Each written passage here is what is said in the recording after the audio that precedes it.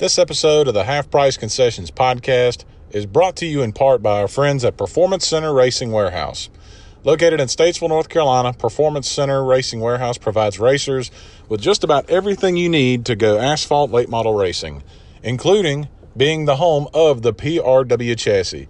From a full-blown fabrication shop to services that can help you get your race car re-clipped if you've been in the wall one too many times or you just need to get your racing program straightened out. Give Roger Johnson and the folks at Performancenter Racing Warehouse the chance to earn your racing business by calling them today at 704-838-1400 and visit them online at performancenter.com. That's PERFORMANCENTER.com.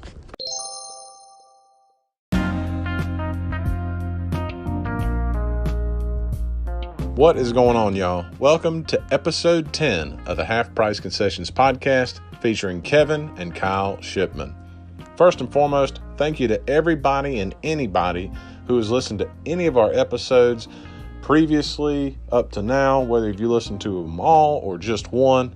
Every listen matters, and we sincerely appreciate it from the bottom of our heart. Do us a favor and do yourselves a favor.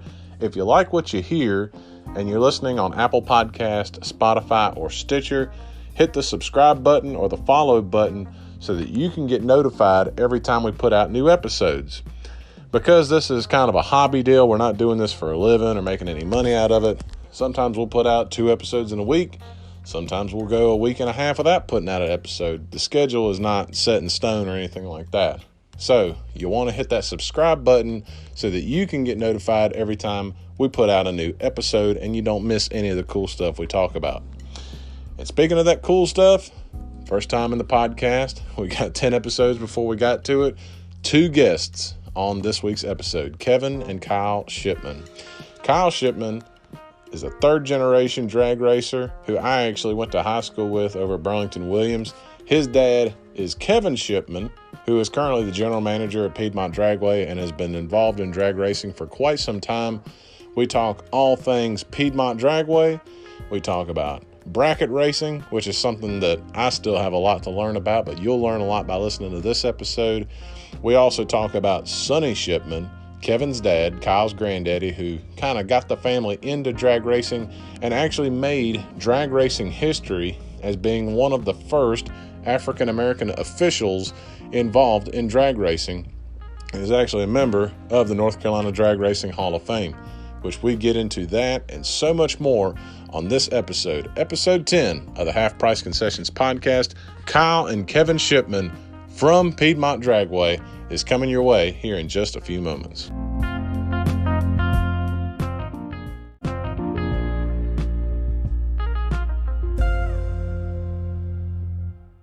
So in the tower at Piedmont Dragway, and I am surrounded. First time I've had 2 guests on at once, Kevin and Kyle Shipmon.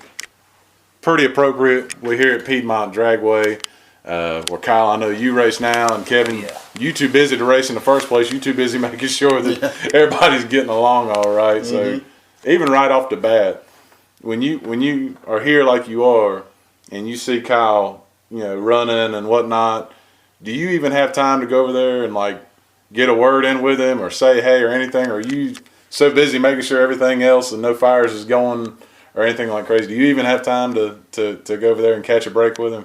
Yeah, sometimes we'll talk and I'll watch him run, and I try to not get too involved because of the competition side, but if I see him, I think he's doing something stupid or going the wrong way, I might say, hey, this might be something else you want to do, or sometimes just seeing another set of eyes, because one thing he does that I'm real proud of is it's just him and our crew chief, Don Powell. And sometimes Don can't make it, so he does a lot of it on its own when Donald's not here. So he doesn't have anybody to look at the car from behind and tell him, well, it's done this or you lined up this way. So I'll say a few things to him and, just give him some encouragement. But I try not to ever talk to him about his opponents or anything like that, because I got a lot of You got a knowledge that no one else has. You see everybody. I kind of tell people around here, I'm kind of like your hairdresser. Where everybody else don't know what you got, I know what you got. That's a pretty good I know when to stay away, too, because when I do something, I know what he's thinking in this tower. Yeah. So a lot of times I'll just stay in the trailer. Can you just like see his eyes peering? Yeah, and this is when he pulls the track manager card. I'll hear it over the intercom. Kyle Shipmon, please come to the tower. Kyle Shipmon. I'm like, oh man. Like you back in school, you got to call the principal's office. I'm like, oh boy, what's going on? Yeah. As long as you ain't acting too big a fool. If you don't get in a big old fight in the water box or something crazy. No. You know what's crazy about that is nobody has ever tried me like that. You think it would kind of incentivize because they're like, well, what's he going to do? Well, there have been times where people kind of draw a correlation between my dad running the track and what I do here.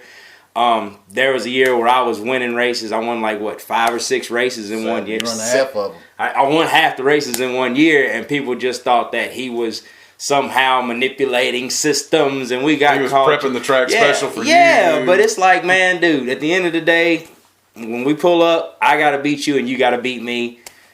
There's really no secret to what I'm doing. You know what I mean? A lot of guys caught on, and so it made me change my game up. But other than that, nobody's ever really, as much as I've begged them, hey, if you got a problem, come to me. Don't go to Pops. He's running the track. They don't seem to hear it. They don't seem to hear that. They just want to go and, do a little track gossip. But that's what it is. You know what? It's all a part of it. But you know what? It's a pretty cool thing because I know a lot of guys, especially in my age bracket, that would kill to have something in common with their dad to talk about and stuff. Right. And you guys have that. And even though, it's the other stuff we kind of poke fun of in light of, it's pretty cool you guys have something like this in common. Not everybody does. And not everybody lives close enough to where they can have. And it's not even just the driving and being a racer aspect of it. I'm learning the business, I was brought into the business of drag racing before I was brought into actually drag racing. Yeah. So it's funny because I started out working here and then... What did you do? Well, it's a funny story. I would come, I still do the part-time DJing thing every now and again. Well, back then, I just kind of started out doing it. I started getting these little CDs made from me from my aunt in Fayetteville. She'd send them to me, and I'd play them, and then, Dad said, hey, we want some music. So I'd come up here on Thursday nights after school. He'd pick me up, and I'd come up here and would just play music during, the off times when there was an oil down or somebody had something happen. So whatever was going on, I'm playing music. Well, then I start off doing that. I'm like 14, 15 years old. About the time I turn 15, we pull up, and I'm thinking it's the same thing. And this guy that used to work here named Johnny C comes up and he says, hey, you got to put Kyle in the water box. He's like, what? He's like, you got to put Kyle in the water box. Such and such quit. So the guy had quit that day. Yeah. And you remember, we went to high school together. You remember when we were that age, or at least what I was wearing, long baggy white tee, baggy jeans with sneakers and all that good stuff. Now imagine that kid in the water box telling cars when to start their burnout and all that stuff. But I started doing that, and then eventually I just kind of worked my way into being in the staging lanes, which, to me, being in the staging lanes at a racetrack is one of the more important places you could be other than actually on the starting line. Is that where you're getting a good education? Yeah, absolutely. Get a good education. It helps out a lot because, I said it a couple years ago, when things break down on the racetrack and if things don't go my way, I can't come up to the tower and cuss out the man in charge because the man in charge. By the way, I'll see you at Thanksgiving. By the way, I'll see you, tomorrow when you pick up my son or something, like that. So whenever I go somewhere else, it kind of helps to know kind of the basics of how people want a race to be run because, if... somebody who hasn't seen that side of it, they get called to the stage lane. Boom, that's the first thing they're doing. They're jumping in their car, they're taking off, and they're going to the stage lanes. Me, I'm going to sit back a little bit because that first call, homeboy, there's going to be 2 more. Exactly. Just sit back, take your time, feel it out, make sure everything's right. So when you get up there to the staging lanes, you're not fumbling around like some guys I see looking for the racing jacket or they left their helmet or, oh my gosh, who checked the racing tires before we went up there? Just make sure you got everything done before you get to the staging lanes. And Kev, you had to get that education a different way. Because I know you wasn't, as far as I know, you wasn't always a race official. There was a time when you was just a participant. Then you got in on the side of being on the other side of the curtain where you got to make sure everybody else is getting their fair shake. So you got that education in a pretty different way, I'd say. Yeah, I started out when my dad owned Roxborough Dragway, and when he owned Roxborough, I'd worked there because at the same time he opened up Downtown Sports Club in Burlington. So here he is running a nightclub and a dragway, and I'm 16, so I can't work at the nightclub. He says, well, you go to the drag strip and run the drag races for me. So back then it was a whole lot different, plugging up everything, getting it ready and all. I get it ready and we'd race. Well, then I left and went to Atlanta, and when I came back, he had sold his racetrack, and Jim Turner owned Piedmont. He wanted me to come and help him work, so I started working, and I worked for about 5 or 6 years, and then something just dawned on me that I decided, well, I want to race now. Yeah. So I went to my dad, and he had a 68 Dodge Polara. I went in his office. I said, Dad, you mind if I take your Polara and go to Farmington and run in the team race? He said, nope. And I said, okay. So I left. Went back in my office, and I didn't think nothing about it. Well, he didn't go with you, did he? No, you're good to go, but you're going on your own. Yeah, he ain't using his car. So, that's because he said, that's a classic antique. So next thing I know, he then called and bought a 70 Duster. So I started racing that, and when I could, having fun. I was still working at Piedmont. And then I kind of semi-retired from Piedmont, and I started running the IHRA circuit. And Kyle was about 11 when we done that. We ran all over the country. We went to Michigan, Ohio, and everywhere. And back then, it was pretty fun. We had good times. And I'd always say a race would break out about Sunday because it was a big old cookout and camping. Just a big old family reunion every weekend. So you weren't going to go hungry. You knew there was enough people there cooking. You weren't going to with a side of drag racing every now and again. There's only one rule: bring your own beverage. Because I got hooked up with the guys from Louisiana one time. I about died. The Cajun stuff was so hot. They had some jalapeno moonshine or something. God, it was so hot. I about died between the food and what they was drinking. I said, I ran back to the trailer to get me a Pepsi or something because they was about to kill me. Hey, that's good. That's good stuff, though. Yeah, it's fun. We had some good times, and then after Dad passed away, I decided I really didn't want to drive no more. It's kind of drag racing is so fast, and things happen so fast that you don't have like in circle track where you say, okay, I messed up in turn 1, I'll get him back on the next lap. You got thousandths of a second you're dealing with. And Kyle will tell you, if your head ain't there, you ain't going to win. And so I just didn't feel like I would, because when my dad was alive and I raced, I was a wild card. I didn't bring nothing back but the steering wheel. I didn't care. Yeah. But then after I became the one of the responsible adult. The one paying the bills. Yeah, there you go. Yeah. And I was like, now I'm hearing every nut and bolt and rattling. And he'll tell you the first time he ever drove, well, he wanted to drive. And he said, Dad, I want to drive. I said, okay. And he didn't have no good schoolwork. Terrible grades. So I said, nope, can't drive till you bring me some good papers. So he came back, had some good grades. I said, okay, bring your helmet to the track. So we got here, and in drag racing we do a burnout. And then you pull up to the line and race. So he said, you want me to do a burnout? I said, heck no, don't do no burnout. Just drive around that and get out there and hit it. Yeah. So it was... I didn't really think he was going to do a whole lot. Well, he hit it, and he went everywhere but straight. He was all over the place, but he made it down through there. Hey. Well, then he came back, and I put my hand on his heart. His heart was beating real fast, and I said, well, looks like you know what to do when it goes wrong. Now we'll do a burnout and show you how to do it right. And ever since then, he's been driving. Except for his one day with Roy Hill Drag Racing School. Okay. He'll tell you that story. Roy Hill. Do you know who Roy Hill is? Yeah, I've seen it on advertisements and stuff. Well, Roy Hill, the man in the ads and on the social media, is not Roy Hill, the man in person. Oh, okay. Now I saw a watered down version. I didn't see real. Very watered down. Roy is 120 proof. Okay. So basically what happens is I was like 16, and Roy Hill had struck a deal up with Kurt Busch, right? The NASCAR guy. Yeah, with Kurt Busch at one point, where Kurt Busch, he was trying some drag racing, didn't do that great at it. First go around, it was okay. Run pro stock. He did all right. He run pro stock, but it was... He was coming from a different world. Yeah, I mean, one race ain't enough to cut it. You know what I'm saying? I'd like to see him get at least 5 races. 5 races, you'll get it. It's easy money. But they had this Camaro that they were working on, and it was for Kurt Busch to race it. And something happened, I don't know. And if you know Roy Hill, he knows he gets fed up and he'll just be done. Yeah. So they're working on this car, doesn't go right, boom, it's over, he's done. Meanwhile, 16-year-old me is sitting in the car getting ready to go make my run. And we have the blue blower, it's a fan that cools off the radiator and the engine that sits in front of the car. And Costs $99, by the way. It costs $99. There's the car owner over there telling me how much it costs. It costs about $12 now. But I know it's in front of the car.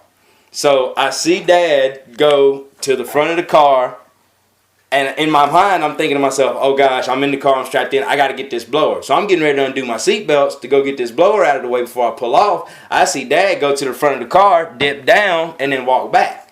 So I'm thinking, okay, he just got the blue blower, no problem, I can pull on. I pull off, and I make it about up here to the tower. And I look in my rearview mirror. I see Dad. I see Roy Hill. I see two guys from Roy Hill's crew running behind me, flagging me down, waving their arms. Hey, stop right there, stop. They weren't coming to congratulate you. No. I stop, pull out, look, I done drug the blower all the way up. That's when Roy looked at me and he said, what's wrong with that boy? Well, no. and then I try, and then Dad comes to me, and obviously Dad is just one of my favorite commentator words is incensed. Okay, he was incensed and beside himself. Yeah, going after me, and I'm trying to explain to him what I just explained to you. Yeah, I don't think he wanted to hear your explanation. I'm 16, so it's coming out as all attitude. This is the first time I heard about this part. I'm 16. This is all attitude coming from me at this point. Well, I guess Roy Hill heard it, and Roy Hill told Dad, basically, if I had a kid and he got out of that car and did that to me, he would not be driving anything anymore. So Dad basically tells Roy, Jesus, take the wheel, have at it.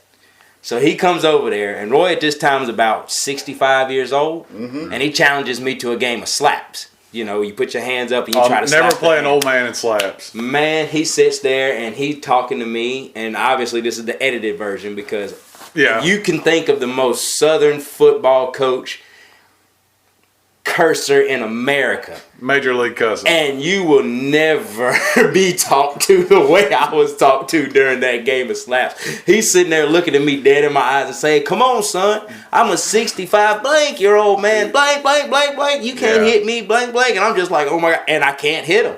No. I can't hit him. He said, now what I just taught you was how to get in somebody's head in drag race. He said, you could be a good racer, but you just got to slow down and make sure you got everything right. That goes back to what I was saying earlier about slowing down.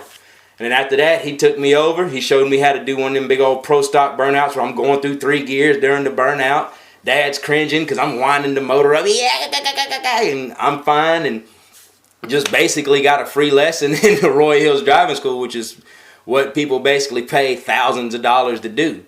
And Roy probably is going to kill me because I told this story. But it's okay. I wouldn't. It would be the first time he got after me a little bit. See, you almost don't. From the outside, I totally didn't even think about how mental drag racing has to be. Because like you said, Kevin, you only have X amount of seconds. It's not like circle track where you can miss a corner and you be like, well, I'll get it the next lap. You don't have any laps. You have that straight asphalt to go hit, and you ain't got no time. So you got to. Is there a lot of gamesmanship? Did you do gamesmanship in your time? Oh yeah, I had one guy that I had beat him every time.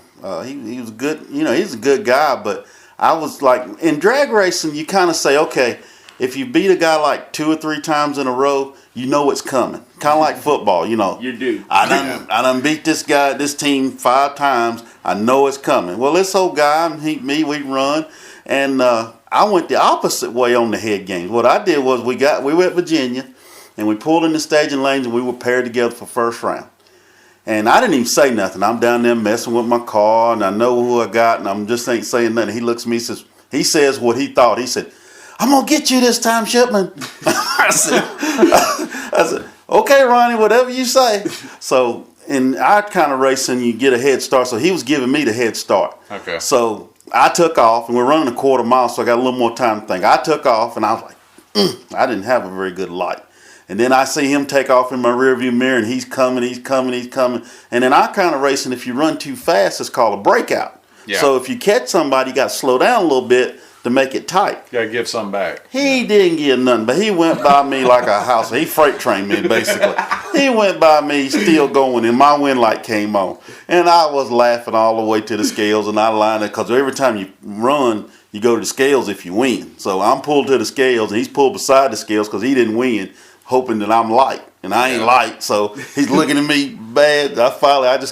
When I got to my pit and he was hiding, he went on down his way, I just screamed out laughing. It was so funny. See, I don't think a lot of people would know that, because I think most people from the outside that don't know no better, they just think, all right, whoever got to the line first, and that's whatever. But like what you're talking about, and Kyle, you can elaborate on it, y'all style of racing, it's a little different because you've got so many different kinds of cars and stuff. It's not like top NHRA where you got pretty much everybody's on a sort of level playing field. It's a whole different kind of game. Yeah, in class racing, which I was running stock eliminator and super stock, what they do basically is they tell you, okay, you can have a period correct car like a 1974 Plymouth Duster.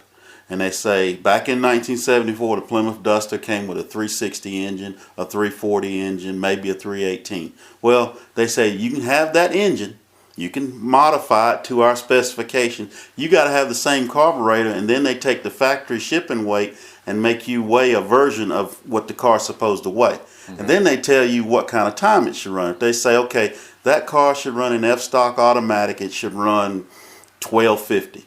So most of the time, if you've done anything to your car, you can run probably a half a second under. If you're real fast, you can run a second under. Well, what they do is if you have to run another car that's in your class, you run heads up, which is first one to the finish line wins. Yeah. But if it's another car in a different class, that's when you get to do this, what we call bracket racing, where you, like I might dial 11 flat, say I can get there in 11 seconds. You say you can get there in 12 seconds. I'm going to give you a 1 second head start and try to beat you to the finish line and not go under 11.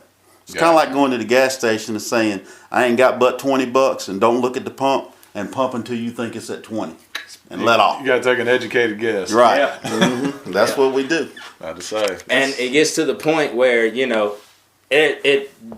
lot of the best drag racers, the best bracket racers, there ain't no guessing to it. It's just like in round track, if you go to a certain track, you see the same guys dominated a certain track every single time. Yeah, no one wins out of nowhere. Right. They do their homework. They've got it ready. As soon as they get to that track, boom, they're ready to go. Same thing with us. I've got countless logbooks. Can't find them all, but I've got a bunch of logbooks back there with specific weather, humidity, temperature, even down to water grains, which I don't even know what that does to my car, but I've got the information wrote down, how much water grains and vapor pressure and barometric pressure and density, altitude, and all this stuff, and then boom, it tells me exactly what I ran in that same weather. So if I come in up here next year in 2020 and I fall into a day where it's 69 degrees Fahrenheit and 79% humidity, a 30.03 barometric pressure, I can go to that book and say, okay, boom, this is what my car is supposed to run. And if everything's right, which generally it is because it's a very low maintenance thing I'm doing, I got it. And I go out here and it's going to run within 1,000th of the number. You know what I'm saying? So it's quite the scientist. Yeah, it's a lot of number crunching, a lot more into it. That's why I always say, I have no problem with heads-up racing. I have no problem with grudge racing. I have no problem with no prep racing, street outlaws, whatever brings eyes to the sport of drag racing. Yeah. You know what I'm saying? That street outlaws thing seems to be the latest kind of kick. And I compare, he'll tell you, because we talk a lot about the business side of drag racing too. I compare, this is an entertainment thing. When you think about it, it's sports entertainment. Yeah, it's just like everything that's turned into nowadays. It's just like wrestling. I'm a huge wrestling fan, so I go down the list. I say, listen, back in the day, you had your Coco Beware, and you had your Hulk Hogan. Is that the guy that had the parrot? Yeah, that's the guy with the parrot. Yeah. And then you had your Junkyard Dogs, and then coming on up, people said, hey, we want something different. So you bring on the Attitude Era. So now you got your Stone Colds, you got your Rock, you got your Triple H. So then people say, hey, I want something different. Boom, here comes ECW. Yeah. Right now, ECW would be the Street Outlaws because they're basically hated by everybody. I don't know why. Like I said, you bringing money to your racetrack, I'm all for it. But the purists don't like them, but the TV viewers love them. when I have I've had a street outlaw, a couple of the personalities here. One year we had Doc and Monza. Were they like shooting for TV, or they just came in here to race? They called me. They do like a little barnstorming thing because they're from Oklahoma. They get paid to make test laps. That's pretty good. Like it is. It's a pretty good deal. It's a beautiful life. Yeah, they called me up and he said, Doc called me. He said, "Hey man, we're in Richmond and we're gonna be there Friday night. What do you think about coming to Piedmont on Saturday?" I said, "Heck yeah, come on." Because the deal that they made with me was a pretty reasonable deal, so. I really, gate-wise and everything, I had prepared myself for maybe about 2,000 people. Man. What did it end up being? Oh, we had about 4,500. Good. They were lined up to the golf course and past the fire station. I showed up and I said, "Hey, so what kind of security we got?" And him and the other guy sit here and they go, "Well, we don't need no security." I was like, "Do what?" And he's like, "We don't need no security." I was like, "Dude, I've literally been all over this town and all I've heard is about Doc and Monza coming here." And we actually raced that night in the 749 category because they had other races going on. Biggest field, we had 40 cars. Man, wow. I started my burnout in the burnout box. And when I started my burnout, there were so many people, I couldn't even see the guys taking off in front of me. Like it sounds like something out of Fast and Furious. Man, straight. It was. And look, it was like the Red Sea part. When I started my burnout, those people would open up. And then just go on through. I'd go on through, and then I'd look behind me. They'd close right on in. Yeah. And, it's almost, you would think it's some anxiety to it, but it's really not. Because at the end of the day, man, a wise man once said, he said, what do I do if these people don't get out of the way? And his crew chief come over the radio and said, "They don't get out of your way, you drag them to the 330. We running for $100,000. Yeah, it gets pretty nerve-wracking because it's like teeing off at Augusta. And it's all those people. Yeah, but I'm not a pro golfer. I'm me. Yeah. So I'm going to take out all them people. It kind of makes me think of something Richard Petty said. Richard Petty did an interview where he said at a certain point, people stopped coming for a race and came for and started coming for a show. Exactly. And not just circle track, it's drag racing too. Apparently. Exactly, yeah. It's always, and this year in Big Dog, we actually changed things a little bit. We used to do where you qualify. You got 8 cars that qualify. So then one runs 8. 2 runs 7, all the way down, and you're on a ladder. Well, we changed it up this year. We did a little street outlaws thing. We said, okay, the 8 qualifiers, bring them up to the starting line, and we're going to draw chips. Okay. And so number 1 might run against number 2. Happened several times. 8 might run against 7. So, like if you're number 8 qualifier and you've been struggling, you may not have to run that number 1 guy who's the baddest one here. You might get lucky and run somebody else. Now, I don't know if I'm going to do that this year or not. Did they not like that too much? Oh, they loved it. They did? See, I would think they'd be like the purists and be like, "Oh, that's not the way you do Some things." of them, the purists were, but the drivers were like, well, we got to run them anyway. So, yeah. And it actually turned out in the favor. We had some pretty good drama. The race before the last one, there was a guy leading the points, and he had a dominating lead, and he ended up qualifying where the guy right behind him had to run him first round. Well, Brian Schrader won the race. So now he's leading the points. So we get to the last race, and Burlington's Travis Harvey is in second place. And he comes to me, he says, "Kevin, the only way I got a chance of winning the championship is I got to draw Brian Schrader first and win the race." And he said, "What do you think Brian will do if I just call him out?" I said, "He's going to look at you like you stupid. He's going to run you." Yeah. Well, you know what happened? He drew it. He drew him, lo and behold. And they had to run, and it was the best run of the year. Travis won that round, but ended up losing the race. So Brian still won the championship, but it was pretty cool. Just a little ad for you. If you want to see all that, there's a video on NC Pro Modder. Look up NC Pro Modder on YouTube and Facebook. That story he just told, there was a whole video for it. See, I got fascinated a second ago. You was talking about this notebook that you have to have for the weather, temperature, the temperature, the humidity, all that stuff. Well, let me ask you this. Yeah. If someone comes in here, like if I brought someone to Big Dog that's never been to a drag race, right, and they look out there and they say, "Oh, you just going in a straight line." I got the weather part, but as far as like when you come up on the track, what are you having to look for as far as the track conditions that affect how you have to fine tune your race car? Like, well, what are some things you look at? For me, and Dad can elaborate more on the guys with the big motors and the pro mods and the big dogs and stuff like that. For me, it's more about tires. as far as, when you're bracket racing, I've been beat by a car that runs 520s in an eighth of a mile at 117 mile an hour. I've been beat by a Dodge Neon that runs 65 mile an hour in an eighth of a mile. So as far as bracket racing is concerned, it's not really, what you can tune to the weather. For me, the track condition is everything. Because I run a small tire. You hear guys talk about big tire versus small tire. I'm a small tire guy. Is that like a little closer to what you would drive on the street? Yeah, it's not. Right now, I'm running a 9.5 inch tire. It's still slick. Yeah, it's a slick, but it's 9.5 inches.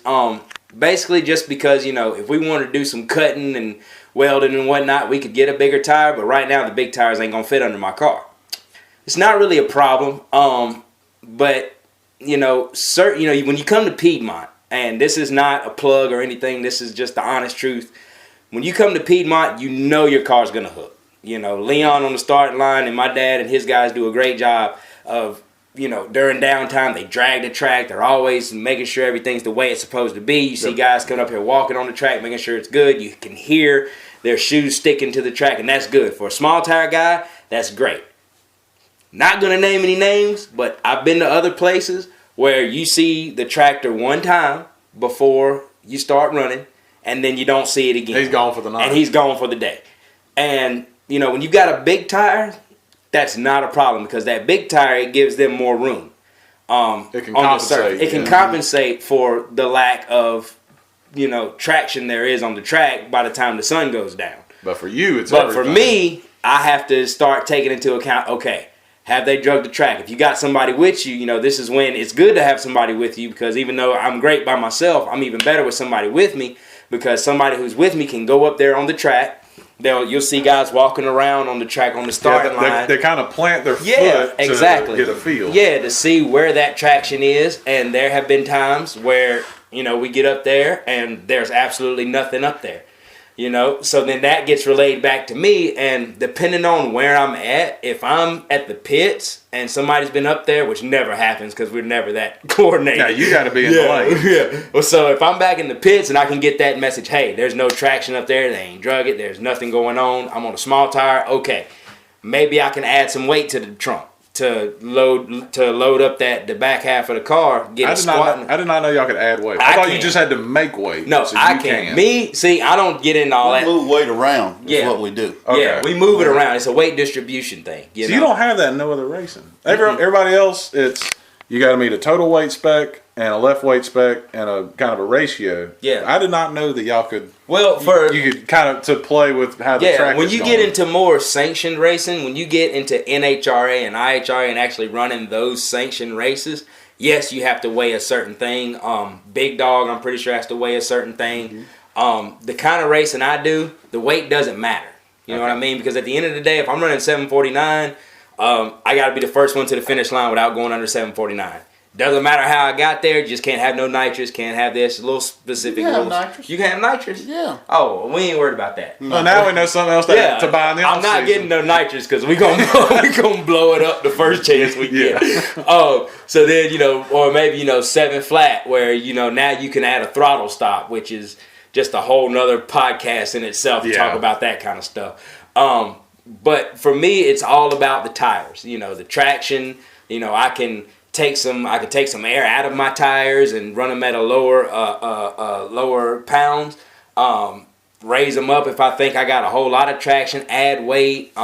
Just line up differently. That's as far as I go on the fine tuning. There really is no real fine tuning. When you get into the bigger classes, that's where that the thing about the only bit of fine tuning I really do is, as far as the engine is concerned, we do what's called index racing, which we leave like a heads up tree. So it's 3 ambers, it's boom boom. It's a pro tree, just like you see on TV. Boom boom, there we go.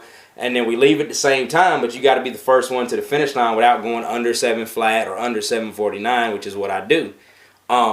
We do have some things in the engine going on. I'll say we got a restrictor plate. It's an adjustable one. We get that to a certain turns that we like it depending on the weather. So I might go back and look at the weather and say, okay, we had this weather last year around the same time, and we put 10 turns into it. We close it off 10 turns. see what we got. Okay, we might be a little fast, we might be a little slow. If we're a little fast, we'll open it back up a little bit more, maybe a quarter turn at a time. If we're too slow or if we're too fast, we'll come back and say, okay, we'll add some weight to it or move some weight around. We might even throw a passenger seat in there. Who knows? It just depends on what's going on. Yeah. Yeah. You're getting a first-class education. Man, I did not know all this stuff. It's a job, man. It's a job. That's what I think. See, the difference between round tracking and, I don't understand the wedge tape thing. Yeah. The grill tape and the wedge and all that stuff. I play with the track bar. Yeah, and I'm like, dude, that. how you can adjust the car that much in 10 seconds? You ought to go see a dirt late model. Man. They got 100 adjustments on that I'm thing. into round tracking, man. I love it. I really do. We watch it every Sunday, but I don't have the time to go to like Ace Speedway anymore. I used to go there all the time. I did the Richard Petty driving experience. Was that fast enough for you? Oh yeah, I had never been that fast in my life because most of the time my car runs like 125 and a quarter. Which my thing is when you leave the starting line, it goes up in the air. That's where you get your thrill because I'm doing big wheel stands. He does big wheel stands. That's where it's fun. But like for that thing, it was kind of a funny story because I couldn't do it in Charlotte, so I finally got to do it in Vegas. So we went to Vegas on vacation, and so we get to the Richard Petty driving school. Well, the only schools I ever know about was Roy Hill School. Yeah, and in Roy Hill School, he spends a half a day talking to you about drag racing and the cones and everything. So I'm thinking that's what's going to happen at the Richard Petty School. So I told my wife then, I said, I'm not going to tell these people I know anything about racing because then they'll think I know I'm a hothead and they're going to expect more out of me. So we go in there and sit down and they play a videotape for us for like 10 minutes talking about Richard and Kyle and all that. And I said, okay, that's good.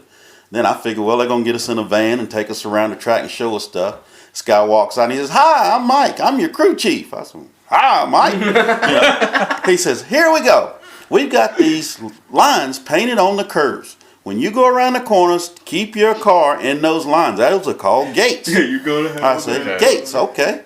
And then he said, we're going to have a cone at the start of the turn. That's where you let off. And then when you get to the end of the turn, there'll be a cone. That's where you take off. I said, okay. Then they said, any questions? I raised my hand. They said, what's your question, sir? I said, I need a bigger driving suit. This one's too tight.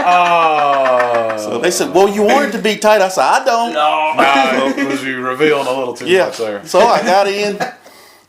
They pulled the cars out and they told us, of course, you're a big guy like I am. Yeah. And they said, we got a car for the little guys. We got a car for the mediums. And then they got a car for us. Your car back here. Yeah, mine was a 22 Joey Logano. So sure enough, they pulled me out and they said, okay, strapped me, got me in there, and plus I got through that little window. I couldn't believe I'd done that. But I got in, and then the guy saying, reach down there and get your crotch strap. And that's the thing between your legs. I reach, and I can't get no farther than my belly. I said, we good enough friends. Why don't you do it? He looked at me for a second. I said, we ain't going nowhere till you get it because I can't reach no farther than the steering wheel. Yeah. So they got me in there, and I'm making my laps. These guys in front of me, they were all had their chest thumping, how fast they going to go. So we get out there, and I'm just riding along behind the guy, bum, bum, bum, bum. So they finally let him drop down. I passed him. Then I went on down. I had the guy at the straightaway on me, and I caught him, and I passed him. And so when I got back to the pits, the guy said, oh, man, you did great. You did 145. I said, okay, that's good. And so my wife was sitting in the pit box, and she said, honey, they were looking at you racing, and they were like, man, he is flying. Yeah, he knows what he's doing. He's not out here butt-putting. Yeah, and they said, well, where did he come from? And she said, well, he's an old drag racer. And they all threw their hands and said, well, no wonder he didn't tell nobody. Because I told him he drove like an oversized go-kart, as far as I knew. That thing's big and heavy. It's so much different than what you guys are used to. Getting back to like the faster cars, if you look at drag racing with the faster cars, the Top Fuel, Funny Car, Pro Stock, even our big dogs, what they're trying to do is they're spinning all the way down the track. They're just trying to control the spin. It's a controlled spin. When Kyle runs his car, it dead hooks. Bam, it's gone, and it's going to not spin. If he spins, it's a problem. Yeah. These guys want to control that spin, and the way they control it is by their computer and how much timing they put in it or take out of it, when to throw the nitrous to it, because they'll put like 2 kits on it. When they say kits of nitrous, that means extra horsepower like Fast and Furious. They'll do 2 of them before the 60-foot light. Jeez, that's quick. Yeah, they go bam, bam, it's on. Yeah. Because what's half track? Half track's 330. Yes, I mean. By 330, they got everything they got turned on and even more. 330, they just basically cruising. It's a good time from there. I mean, cruising in a matter of perspective, but they turn it all on as soon as they can, and then you got the blower cars, which don't have nitrous, but they can kind of ramp their power up a little more of a progressive type of thing. So everybody goes out there, and it's gotten to where now the big money in racing, even on the local level like Big Dog, is your crew chief, because you got to be able to drive. Driving's important, but then you got to have that man that knows how to get on that laptop, because everybody out there now has a laptop, and they got all the wheel speed sensors, they got drive shaft sensors, they got G meters that measure how many G's. This sounds like NASA. It is basically they're rocket scientists, and they sit there and they figure all that out, and then they put a tune-up in it. And then they save that tune-up, and that's their good tune-up. They might, like you hear on Street Outlaws, A to B tune-up. Then they got that killer tune-up that they think they need so they can win the race. So it's kind of like the sport has changed so much from like when my dad raced. It was all about just getting down the track. Where now in the faster categories, the faster you go, you actually do less. He does more with a slower car than those guys do that are going 3 seconds. I actually shift. Yeah, that's another thing. Those guys that it shifts automatically, right? They got the clutch that engages, and they stagger how it engages. I basically made my mind up that I will shift the rest of my life, because the one time I got into a car, well, there's three different cars I've driven. Well, 4. We had the old 74 Duster. Which one, the blue one? No, the orange one. That's a 74. 74 Duster. I drove that when I shifted 3-speed automatic, right? Yeah. So then we go, and I'm in the car I am now, which is the same thing, 3-speed automatic, no clutch, none of that stuff, because that's way too much work when you got all this other mess going on at the racetrack, right? Yeah. So the other 2 cars I drove was a car, we busted up ours one time, and a guy named Ken Myrick loaned me his. It's a Datsun. And, I asked him, I said, okay, I'm coming from my car. It's a 3-speed automatic. You got to stall it up, and then you got to let it go, and then you got to hit first shift while the wheels are in the air, and then you got to come down, then hit second shift. Now you're driving. Well, I come up to him, and I'm like, hey, man, just which one's first gear? He said, oh, well, I usually put it in drive. And I was like, really? He said, yeah, just put it in drive. And I said, okay, well, put it in drive. And I said, well, I get out there and I put it in drive and it takes off. Boom, I'm not shifting. I'm like, oh, this is just too easy. Well, I run like a half a second off the number. So I asked him, I said, hey, man, where do you stall this thing up? You stall it up right before you leave. Yeah. You pegging. He said, oh, well, you see them 2 pieces of tape right there? Now, these 2 pieces of tape were in between the 2 and the 3. Okay? That doesn't seem like much. So this is all at RPM. And I'm just like, yeah, he said, somewhere in between those 2 pieces of tape right there, he stalled it up. And I should have won that race, but I can't remember. So I think it rained or something. Yeah, it got rained out. So then the next time I come back and broke up another car, because, we're racers. We're always breaking something. Extreme Rico Garner, who's one of the announcers here, and he does a lot of grudge racing and stuff like that. Basically a legend in these parts. He's been here about forever. He's a legend in these parts. I raced him when I was 16. It's crazy. Yeah. He loaned me one of his cars, and he said, hey, all you got to do is put it in gear and just go. It's going to shift itself. I was like, okay, well, I done had all kinds of trouble. I done busted up my race car. I come out here in a street car trying to make a lap. I'm leaking water out of the mufflers of my street car. So now I'm basically done. And they're like, oh, well, why don't you try Rico's car? I was like, all right, fine. So I get up here. First thing that happens, tore the transmission out of it when I was on the starting line, all in the same day. So ever since then, I was like, yeah, you know what? I'm probably just going to end up shifting until I get to like one of the unless I'm like Top Fuel or something like that. Then you're doing it for a living. Yeah. You would have been happy. I remember watching, I don't know which one it was, but they did kind of some older footage of Pro Stock. Yeah. Where it was not a single shifter, but it was like they were reaching up and they were pulling them down on the dashboard. That's the Linko. Yeah. You sound like you'd have been happy with that. Oh, I like Linkos. Linkos are great. They have them when you go to those NHRA races. They used to have them set up where you could just try them out. Yeah. And I'd sit there all day and just be pulling shifts because it was just a great time. They just lined up. It's a big old like I don't even know what to call it. It's like a big metal shoebox sitting beside you, and there's about 5 or 6 levers right here. And as you're going down the track, they're all side by side. You're just pulling them, bow, one after the other, boom, and then here comes another one, boom. And that would be a wonderful time. I always thought those were just the super coolest. Yeah, now the NHRA Pro Stockers, they do they still have to shift their cars. Yeah. And it's a ratchet type shifter, and they're turning those cars like 10.5 RPMs, kind of like Formula One, where Formula One cars are turning huge. But I just wanted to get on the subject of we talked about the VHT and making it sticky. It's so funny to me to hear, like, I listen to a lot of satellite radio and I listen to NASCAR, and to hear them talking about VHT. I want to call so bad because they call it track bite or glue or goop or whatever. Yeah. I call PJ1 it PJ1. PJ1 seems to be what they call it. But see, it used to be called VHT. That's why I get that name from, because I'm an old school. But yeah, it is PJ1. But it's so funny, like they were talking about Texas, and they said Chase Elliott wrecked because he waited to get up in the glue too soon and it was still slit. And I got a guy that's been here 30 years that could fix that problem for him real quick. Right now. Yeah, they like one guy got on and said, well, nobody been up and then drag some tires on it. Yeah. And then people drag racing been doing this for how many years? Yeah, it ain't no problem for us. NASCAR and the NHRA are gonna get together here soon. And you're gonna see on a NASCAR track, you're gonna be, mark my words, you're gonna be seeing this at Daytona one time. They're gonna throw that PJ1 or at Bristol, and you're gonna look up and you're gonna see this tractor with 4 big tires, slick tires on the back of it, rotating the wrong way.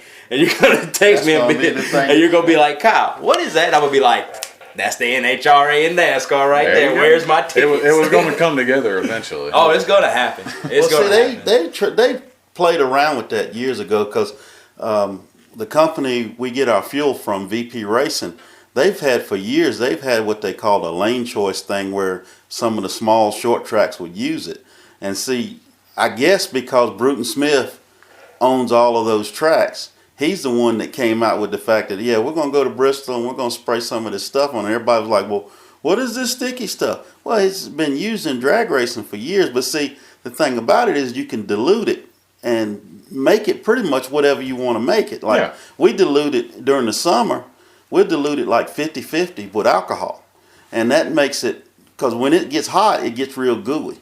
Yeah. But then when it gets cold, it gets hard. It's like almost like a paste. I've seen this with indoor go-kart races. Right. They use something to that effect. Mm-hmm. So you have to make sure you have the right mixture, and we use some stuff that I'm going to have to go buy soon called MEK, methyl ketone or something. You're using too big of words for me, Mr. Shipmon. I just go to Sherman-Williams and say, I want some MEK. And that stuff, what it does is it softens the rubber. So in the wintertime, we use MEK on the track, and that softens the rubber, and then we can still race in like 40-degree temperature. Oh, yeah, pretty cool stuff. Makes it cool.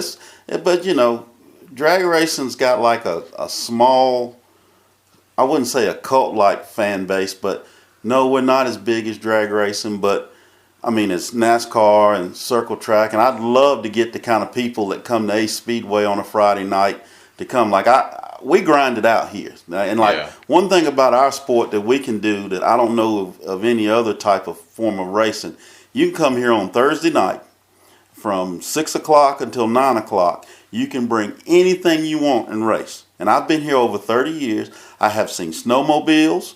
I have seen guys with lawnmowers. I've seen junior dragsters. I've seen cars with shopping carts on the top of them. Jet semi-trucks.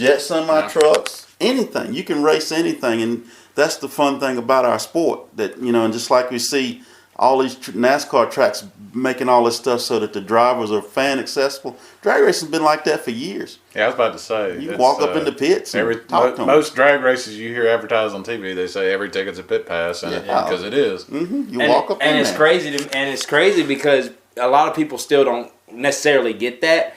Like, you always try to bring new people into your sport, and you hear for years they say what we do is not a spectator sport. Well, in some cases it is, in some cases it isn't. You know what I'm saying? If I got a brand new friend of mine that wants to come to a drag race, I could bring them to a Sunday bracket race where there's literally 3 people in the stands and a bunch of cars just making laps. Or I could bring them to the big dog, where you got people in the stands, you got 3-second cars, you got people all over the place, all kinds of vendors and a party going on. And that's what you kind of want to, you want to ease them into drag racing. You know what I'm saying? You want to show them the good stuff, and then later on, you would like to get them into what we do. You know what I mean? Bracket racing's more of a participation sport. Right. It's for you, the driver. Yeah. It's not very much fun to watch, and I'll be honest with you, because I run the place and I've been around drag racing a lot. For the person that really loves racing, bracket racing is great to watch, and they can sit there and watch it for days. But for the average fan, they might say, I don't understand why that car's way out there and the other one's behind him. Yeah. And he's got to catch up with him. They just understand the heads up, flat out part of it. And I kind of look at it, equate it to like, what's the class, a mini stock at Ace? Yeah, 4-cylinder rear wheel drive. Right. I thought about at one time, I didn't ever tell Kyle, but I thought seriously about it one time getting into that, because I was like, that looks like that could be fun, a couple $100 or whatever it takes to get a car and run. But one thing, drag racing is still about the most affordable form of racing you can do. Yeah. Because like we got a car, we race it. Our tires cost us about $450 for a set of rear tires. Last a whole season. Even like they got tires now that do over 300 runs, and we do like maybe 150 runs in a season. So it's a pretty good lifespan. Yeah, it got a great lifespan on. Of course, your front tires never do wear out, so you can run them all you want. If you take care of your engine, you're fine. And like on our engine, we never leaned on it all year, so we've really been kind of babying it. We hadn't run it wide open about barely like twice. Even touched it. Yeah. Yeah, it's funny because see, when I come to Piedmont, I'm either racing or testing. So if I'm racing, I've got it set up for what I need. When I'm testing, I've got it set up for what I've got coming up. So they had never kind of seen me come here with the new motor and setting it up. When I do 7 flat, when I'm running 7 flat, back before we got the new tires, because the old tires were straight up garbage. I'm sorry, but they were.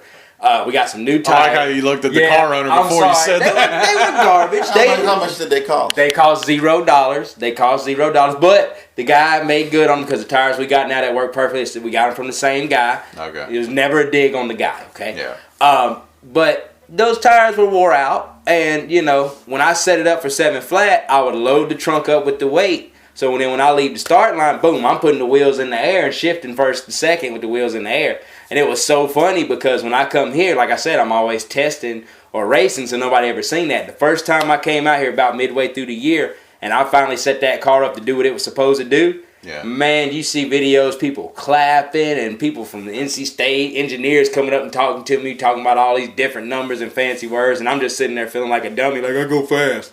Yeah. I go fast on the racetrack, and it's just... It's a really good thing to see because, like you said, we haven't even touched our potential yet. Yeah, I was about to say. Well, let me shift gears. Talking about potential. Yeah, it's pretty cool to see because you're 3rd generation, you're 2nd generation, so it seems like it's been there for a while. Tell me about where it started. Tell me about if someone came off the street and saw you, Kyle, running, and see you running the place. And like on the Facebook page, it says Sonny Shipmon Motorsports. For someone like me that doesn't know that name, understand who that man was, give me a little bit of insight into who he was. Well, my dad was not the most model citizen in high school. He would go to other high schools to visit my mom and any other women he wanted to, and he was bad. And the teacher and the principals all realized that. But he had a mechanical ability. He knew how to work on cars and stuff. And he loved racing. Well, what do you do when you got a kid that loves something but you want to keep him somewhere else? Get him somewhere to do it. Right. So that's what they did. I don't know how many people they did it to, but they actually bought him a race car. We still got that car. It was a front engine dragster. And they told him, they said, Sonny, if you will come to school every day and stay in school and do your work, we'll let you work on this car and then you can race it. And so they had like a automotive tech class or whatever.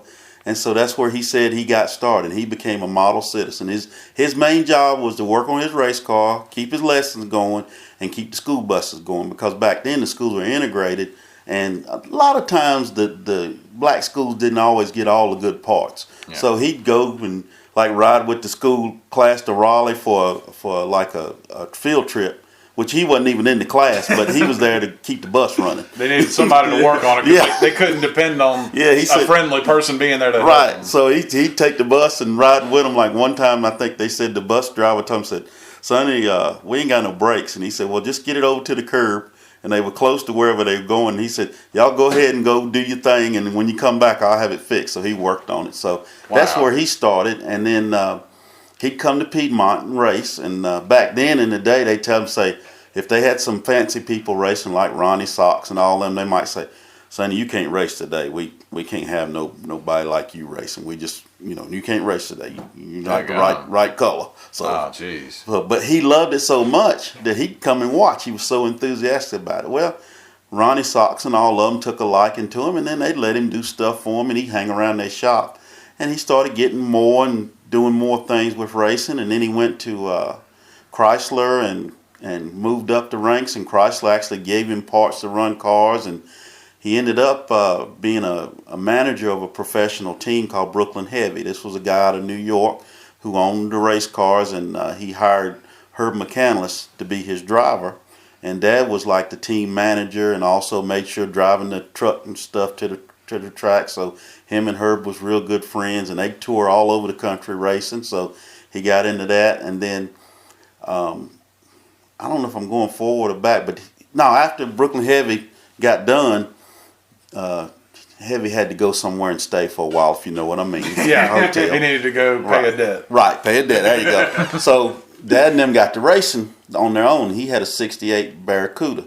He raced an A modified. Well, Dad would race, and he went to these big races, and he went to one, and there was 3 cars left in the race, only down to 3. Dad's car's running great. The other 2 guys have got problems with their cars. It's obvious he's going to win the race. He's going to win a national event, the biggest thing you can win. Big deal. Gets in his car, tries to crank it, that old Hemi said, rum, rum. Oh, no. So it was a stick car. So he told the guys with him, he said, hey, man, give me a push. So they gave him a push, cranked up. Goes up to the starting line to race. The official stands up there in front of him and says, cut it off. Dad has to cut it off. Oh, said, now crank it up. Dad said, well, it ain't going to crank. It didn't crank back there. He says, well, you're out. And they said, well, why are you throwing me out? He said, because you're not allowed push starts. Well, the rule book says no push start, but what they meant was not having a vehicle behind you to push you. Didn't say anything about a couple guys giving you a push and it jumps it off. Yeah. So he did that, and he got upset, and he chased that guy around with a water bucket, the official, and tried to beat him up. I can't say I blame him. Yeah. I mean, he got cheated. Yeah. Well, then it got worse. He went to the next race, and he got down to the semis again, and something else happened. I don't know what it was. His car broke. Well, then the official, the head of the sanctioning body, was Larry Carrier, the owner of Bristol Dragway. He owned the International Hot Rod Association. He went up to Sonny and he said, Sonny, you're having a tough deal with this racing thing. Dad said, yeah, I'm about sick of it. And he said, well, why don't you come work for me? So At Thunder Valley. Well, actually for the International Hot Rod Association. Okay. So Dad said, okay. So Dad became the first African-American official in IHRA history. Wow. And there was only one other man in NHRA that started before he did. So he was the second one. And so he'd go all over the country as an official and doing that. And then he went to, he bought his own racetrack at Roxborough. And then he did that for a long time. And then he retired. And is it true that he won Roxborough in a poker game? No. Oh, okay. No. That would have been too good. Yeah, I heard the story that he won a poker game, and the guy was like, I'll settle up with you later, and he wrote down some details on a napkin, and then he come to find out the napkin was the rights to Roxborough. I don't know. Maybe it was somebody else. That would have been a really good story. That would have been a good story. No, he bought Roxborough, and then after he got out of that, he had some tough times at Roxborough, but he overall did a lot of things. He was the first one to put on a big money race, which was $10,000 to win. At the time in the 70s, that was unheard of. It's a lot of money. Yeah, and so, he did all that racing, and of course he got out of the officialing business, but ran the racetrack, and then he kind of retired from it, and then we came back together when I was talking about racing and running stock, and we raced, but he was inducted in the Roxborough Hall of Fame in 2006. And then he was inducted in the North Carolina Drag Racing Hall of Fame in 2008. Him and Herb McCandless, they were in the second class. And we still do the Hall of Fame. I'm on the Hall of Fame nomination committee, and we do it each year where we nominate and we have the nominees come to the Greensboro Coliseum during the Shriners Expo, Drag Racing Expo, and they come in, and we've got people like Rick Hendricks in it, Richard Petty's in it. You know something crazy? What? My uncle's in it. Who is that? Bird Schaffner. Yeah. Got a couple years ago. Small freaking world. Yep. He's in it. I remember that. That's crazy. But the North Carolina, Dad was in the second class of the Hall of Fame. They started in 2007, and he got in 2008. Mainly probably on his officialing, because he went from being just a water box guy. Basically, back then with equal opportunities and stuff, it just looked real good to have a black man on the starting line. You know, like, hey man, they're progressive. They're doing it. Yeah, he was basically being token. Right, exactly. And then it came to, they figured out, well, he knows what he's doing, and he ended up, when he left, he was one of only 2 race directors, which meant he was in charge of the whole race. Yeah, he'd go around the country doing the races and everything, and that's when I learned how to be a race director. And you know, I'd probably say I'm better at the hands-on part of running a race than I am all of the other stuff, like the sponsorship stuff. Yeah, I hate that stuff. You know, I was writing rules today for a big dog, and I hate doing that stuff because, one, I don't know all of what's going on. I got a rule director, a tech director, and he sends them to me, and all I do is make sure that they make sense to me. And you know, if it makes sense, it's cool. But I like getting a race run, because my job is to make sure, like on Big Dog Night, we got a small window. We start at about 5:30, 5 o'clock. And you got curfew to run against. Curfew at 11, and we're usually done by 10. And that's doing 2 rounds of qualifying in Big Dog, 3 rounds of racing. We also have an outlaw door slammer class, which usually averages about 35 to 40 cars. That's usually a 7-round race. We got Kyle's class, which is real street. That's usually about a 5-round race. Then we got another class called 6-0, where they run off a 6-0 index. That's usually a 5-round race. And I get all that done by 10 o'clock. Boy, you're busy. And all anybody ever wants to see is Big Dog. Yeah. So Big Dog's got to be the priority. That's what you learn. You learn that, you know, coming through drag racing, because, you know, like you said, the show is the show. You know, people don't come to the Big Dog to watch Rico's Real Street. It's cool to see him, but at the end of the day, the hardest part of the job is getting all that done. Then at the end of the day, you got to say, okay, the Big Dog finals got to be done at what, 9 o'clock? 9:30, 10 o'clock. I'm trying to have it done.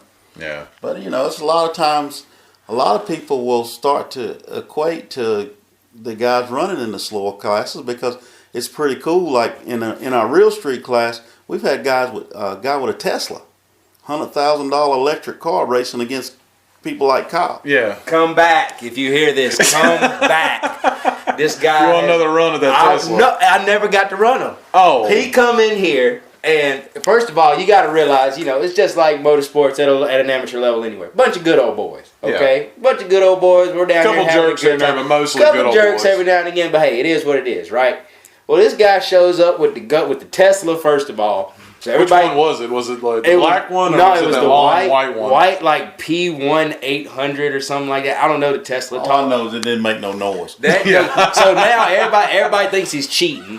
And so they come to me like, Kyle, don't you think he's cheating? He was holding something up on the steering wheel. It was like a trans brake. I was like, dude, I don't think he's cheating. And this was my theory on it. My theory is it's an electric car. It's like a battery. You ain't got to worry about over revving it. So what's he doing it? He's holding the brake. He's holding it all the way down to the floor. And when the tree comes on, boom, he's letting it go. Actually, he wouldn't. What was he doing? He couldn't do that. It wouldn't let it. Oh, really? Yeah, on his car, because he didn't have the newest model. Yeah, he's got a limiter on that. Yeah, he couldn't power brake it. Yeah. So he'd just stab it. He was doing that just by stab. He's guessing the light. Yeah, there's no delay in his throttle response. I need him to come back, because the thing is this. He got a YouTube channel, and it was called the Tesla Racing Channel. I don't know where he went. I think he used to live in High Point. No, he lived actually in Hickory. Hickory. Yeah. And I need him to come back, because he put out a YouTube video basically saying, you know, I'm thinking about running this class full time this year. He went to, 2 finals and won a race. Mm-hmm. And my thing is this, okay, you came and you ran our class, and that's a good time. But if you gon' bite into the burger, don't just get the bread and say it's the best burger I ever had.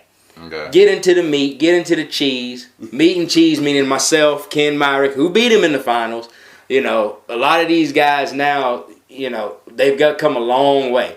So I would love to see that car come back and run. Just get a chance to run him in competition. I ran him one time in qualifying. They could have beat him. All they had to do was steal his cord. I could tell he's the driver because he's the one calling somebody out on a podcast. Come back. I don't even think he's going to hear it. Was it Charles, was it? Yeah, his name was Charles. Charles Courier or something like that? I don't know. He's got a real cool name. Yeah, he would got call a cool car, too. Yeah. He called me up. It was funny. He called me up. He said, "Hey, Kevin, this is Charles." I was like, "What's up, buddy? You racing this way?" "Yeah, I want to race, but have y'all got a 50 amp breaker out there?" You got to charge that thing. Yeah, he said. I said, "Yeah," because before he'd come and racing, he didn't know we had one. So I asked him one night. He was picking up his little winnings, and I said, "What do you do about charging?" He says, "Well, I drive from here to from Hickory to here, and I run all night. And then when I get through, I run over to the movie theater and I charge it up, and then I drive home." Alabama's Crossing. Yeah, Alabama's Crossing. Well, you know what? We could probably do a whole podcast just on what the Tesla's going to do the more it gets into racing. I don't even want to talk about them no more. Well, it's kind of scary because on my side of it, the safety side, it's going to be a lot different. Oh, we've already been schooled on it last year that we can't put out the fire. Oh. The fires on those batteries, we don't have nothing to put them out. That's the scary thing about people riding in these things down the road. They don't know what they're riding on. They just know it's quote unquote better for the environment. They showed us a video of the battery catching on fire, and every time they put it out, and we got some pretty good stuff. We got fire aid and all that stuff. You got people's lives in your hands. They've shot fire aid on it, and that thing just kind of backed up a little bit and then blazed up again. It just had to fizzle itself out. So I don't know. NHRA may in the future say they don't allow Teslas. Heck, they've done it before. They did it with the brand new Chrysler for a long time. They wouldn't let the Hellcat run.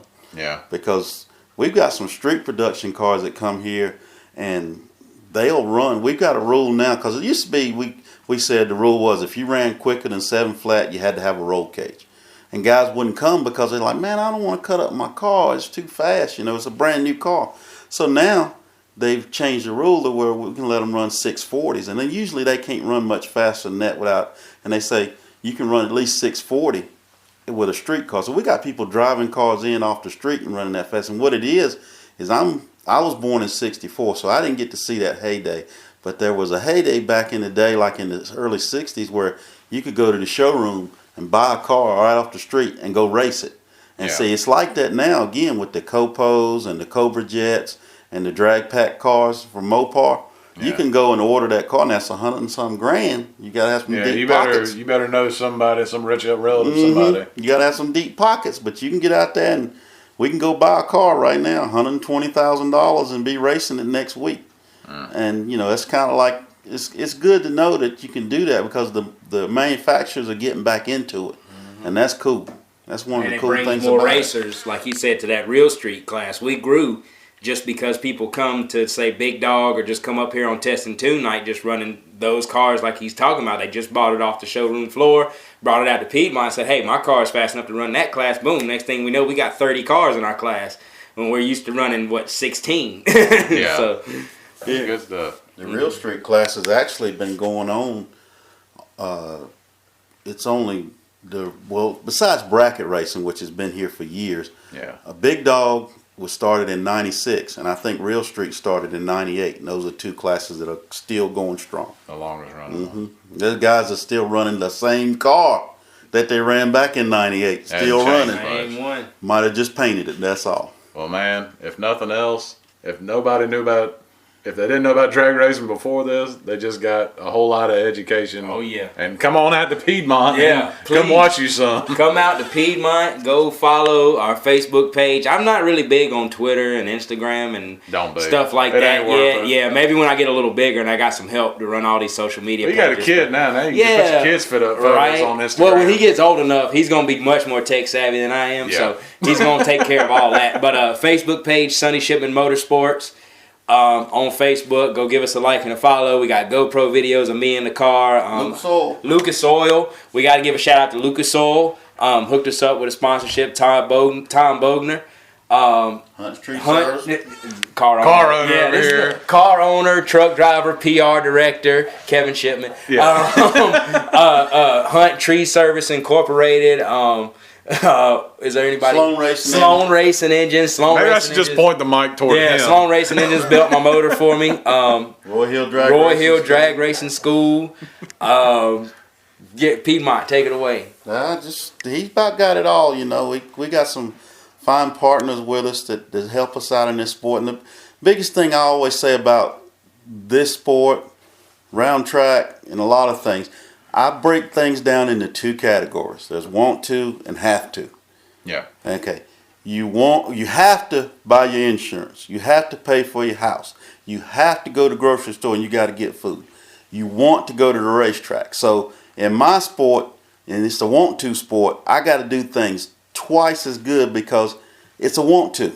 Yeah. You got an extra $20. Are you gonna spend it on buying an extra pair of shoes, or are you gonna come to Piedmont and watch Big Dog? So I better be good enough to make somebody want to come out here. And like I tell them all the time, you had a lot of things you could have done with your time and your money, and you decided to spend it at Piedmont Dragway, and we greatly appreciate it. And if Kyle Shipmon ever gets some T-shirts, what? spend it on a T-shirt. Yeah, I'm gonna get some. I'm gonna get some made. I gotta hit up my homegirl Amanda. She's like in LA right now or something like that. So I always told somebody, I said, when I get enough orders for them, then I'll make them. I'm not just gonna be out here selling them out of the trunk of my car. Hey, I got race car parts to go buy. I ain't got time. you have to buy race car parts. I had a guy on Facebook message me about getting an autograph. Yeah. So I'm probably gonna get a PO box or something and get some hero cards with me posing with my helmet. There you go. Just do the high school senior pose. Yeah. I'm a drag racer though. It's not gonna be in my fire suit. I have a T-shirt on. It's all good. That's a funny story. I'll let y'all go. But we were in Michigan racing, and we got there late, and we were at a national event, and so the guy parked us in the pro pits right beside of him. Okay. So I'm sitting there, and Dad went somewhere off, and he comes back. And he sees me with a Sharpie in my hand. He says, "What are you doing?" I said, "I'm signing autographs." He said, "You're a stalker. Why are you signing autographs?" I said, "I don't know." Yeah. I said, "I don't know why I'm signing autographs. People are coming up to me and wanting me to sign." Well, I didn't figure it out until then that I was in the pro pit area. So I was signing everybody's There's people walking around with T-shirts with Kevin Shipman, I crate motor on. Yep. Just whatever. But that was pretty funny. Top 10 driver in the world in 2001? 2002. 2002 top 10 driver rookie of the year nominee Kevin Shipman. He humbles himself. Yeah. I'm not humble.